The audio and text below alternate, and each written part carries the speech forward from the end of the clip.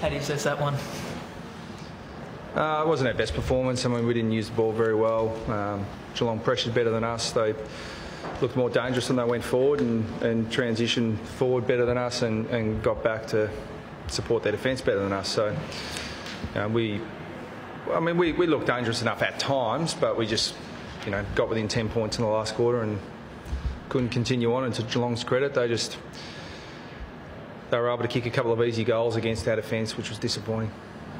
How much did those missed shots early in the game and then at the start of the last impact the game, do you reckon? No, I never worry. I mean, clearly you want to kick them, but generating the shots is the hard thing, and we wanted to play a system that was going to generate enough shots, and we just didn't do that. So conversion was clearly an issue at times, but wasn't the difference in the game. You've been terrific in keeping scores down. That was the third highest score kicked against you. Was that frustrating in a sense today as well? Just obviously disappointing. Yeah, you'd like to keep them to a lower score, yeah. What went wrong in that regard?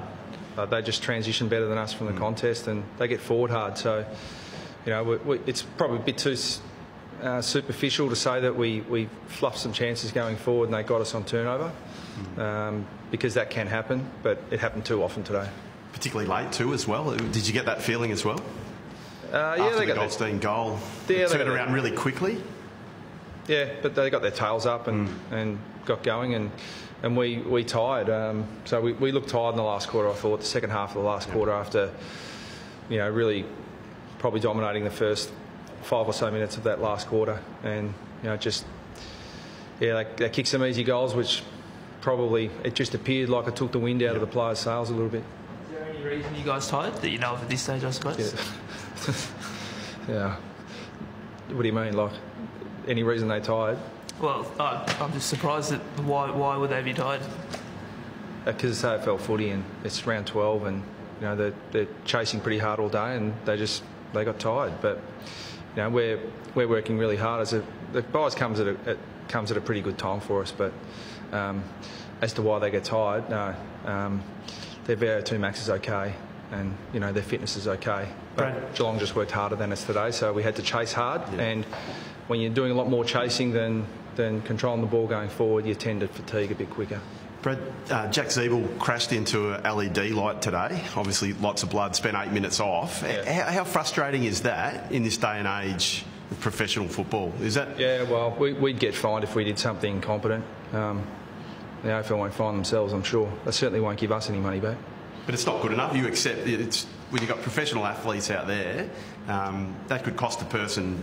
Fortunately, nothing's gone wrong other than he's lost 8 minutes of game time. But do you raise that with the AFL, with the Players Association and the like? No, I don't think I'll have to personally. I think the powers that be will do that. Brett, half-time, Ben Jacobs has done a wonderful job on Joel Selwood. How tricky is it to decide whether to leave him there or go to Ablett or get your man for this? No, that's the strength of... I mean, I thought Higgins had a really good battle with Ablett.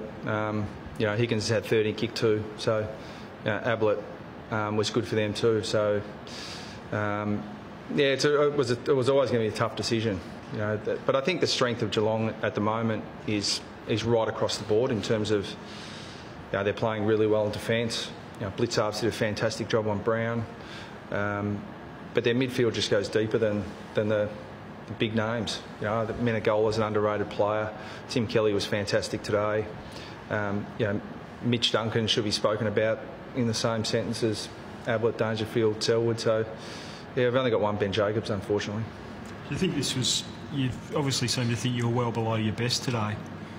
I mean, was it just all those elements or Geelong's pressure that... probably a combination of both. I mean, I still thought the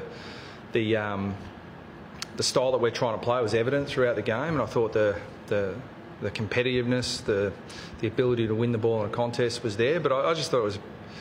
it's probably too simplistic, but when the ball turned over, they worked harder back and harder forward than we did. I didn't think we were comprehensively beaten in the contest.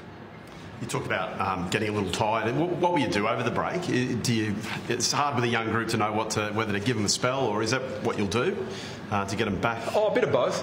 It's just come at a good time for us. I mean, we certainly won't be looking at this performance and thinking, gee, we've we've been terrible, because it's been a good effort to get ourselves into this position at the bye.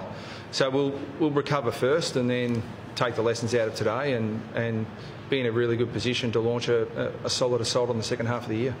How is Jack Siegel, by the way? I mean, is it just a Other cut? than frustrated? Yeah. No, he's okay. Yeah, I haven't checked in, but I haven't heard anything contrary. I think Turner and Hartuncock were a bit sore as well. Are they fine to go after the bye? Yeah, they're fine. Yep, no worries at all. Okay. Beautiful. Thanks, guys. Thank you. Cheers.